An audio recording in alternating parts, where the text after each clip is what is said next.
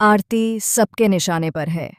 हर कोई उसे दोषी मान चुका है और हर कोई यही सोच रहा है कि आखिर उसने अपने ही पिता पर गोली क्यों चलाई। लेकिन सच उससे कहीं अधिक जटिल और डरावना है। अंजलि अवस्थी अपनी बेटी के लिए उस दीवार की तरह खड़ी हैं जो किसी भी तूफान को रोक सके। 21 साल पुराना मर्डर केस फिर से खुलने वाला है और इस बार उसकी तह तक पहुंचने के लिए हर राज का पर्दाफाश होना तय है।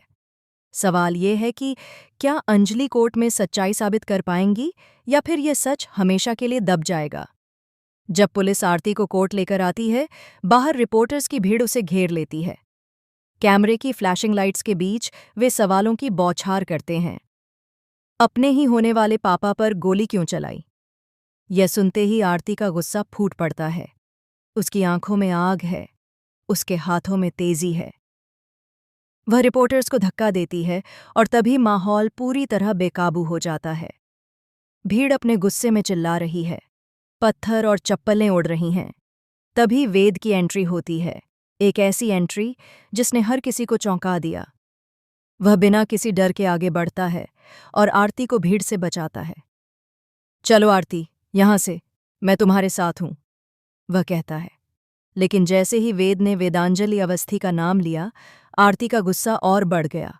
उसकी आवाज में कांपती हुई आग है। कैरेक्टरलेस, तुम जैसी मां के होने पर मुझे शर्म आती है, वह चिल्लाती है। कोर्ट में राघव सिंह राजपूत की एंट्री होती है। वह अपनी पोती की तरफ देखते हैं और कहते हैं, तुम बिल्कुल चिंता मत करो, तुम्हारा केस मैं लड़ूंगा। लेकिन तभी गिनी का कॉल आता है। गिनी की आवाज में ठंडी धमकी है। अगर आपने आरती का केस लिया तो मेरे आदमी आपके बेटे अभय को अस्पताल में मार देंगे। राघव के हाथों से ताकत निकल जाती है। अपने बेटे की जान का डर और केस की जिम्मेदारी, दोनों का बोझ उन्हें दबा देता है। भीड़ के सामने अंजलि अवस्थी बोलती हैं, मेरे रहते तुम्हें कोई छू भी नहीं सकता। लेकिन आरती का जवाब आग की तरह फूटता है, तुम्हारे एहसानों की कोई जरूरत नहीं है। एक बेशर्म और निर्लज महिला जिसे मैंने 21 साल से खिलाया पिलाया, जिंदा रखा, उसने खुद को दिखा दिया कि वह कितनी नीचे गिर सकती है। मैंने देख लिया। वेद कहते हैं, आरती चुप हो जाओ प्लीज, माँ है वह तुम्हारी। लेकिन आरती कोई सुनने वाली नहीं है। आपके लिए कली ही सही थी, मैं नहीं, वह कहती है। और इसी क्षण गिनी के भेजे गए गुंडे अंजलि पर हमला कर देते हैं। डंडे की आवाज और भीड़ का शोर, सब कुछ अराजकता में बदल जाता है। अंजलि अपने साहस और अनुभव के बल पर हमला रोकने में कामयाब हो जाती हैं।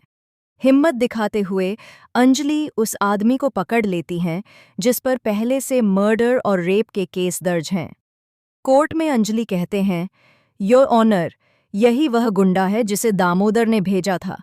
इसने अभय सिंह राजपूत पर गोली चलाई और इल्जाम बेगुनाह आरती पर डाल दिया। अंजलि खुलासा करती हैं कि केस 21 साल पहले हुए अमन सिंह राजपूत के मर्डर से जुड़ा है। आरती ने कोई अपराध नहीं किया। कोर्ट में अंजलि नाम लेती हैं युवराज ठाकुर, चंद्रभान ठाकुर, उदय, प्रथा राजवंशी और दामोदर मौजूमदार। यही लोग हैं जिन्होंने अमन सिंह राजपूत का एक्सीडेंट करवाया और अभय सिंह राजपूत को मारने की कोशिश की। तभी भजन सिंह, जो कोर्ट में आरती को दोषी साबित करने की कोशिश में है, बेहुदा बातें करने लगता है। अंजलि उसे तमीज में रहने के लिए कहती हैं। कोर्ट उस एडवोकेट को वार्न करता है। कोर्ट अंजलि से सबूत मांगता है। अंजलि प्रूफ्स के लिए समय मांगती हैं और कोर्ट उन्हें 15 दिन का वक्त देती है। लेकिन यह सिर्फ शुरुआत है। इस केस में जितने लोग शामिल हैं, उनकी हर चाल अब खुलने वाली है।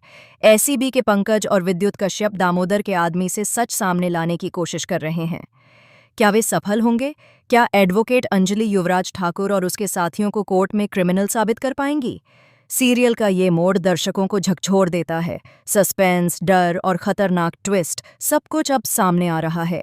हर चेहरे के पीछे छिपा हुआ राज, हर बातचीत के पीछे छिपा हुआ सच। अब पता चलेगा कि कौन सच्चाई के लिए लड़ रहा है और कौन सिर्फ अपनी ताकत दिखाने के लिए। अगर आपको यह अपडेट पसंद आया हो तो वीडियो को लाइक ज़रूर करें और लेटेस्ट सीरियल अपडेट्स के लिए चैनल को सब्सक्राइब करना बिल्कुल मत भूलिए।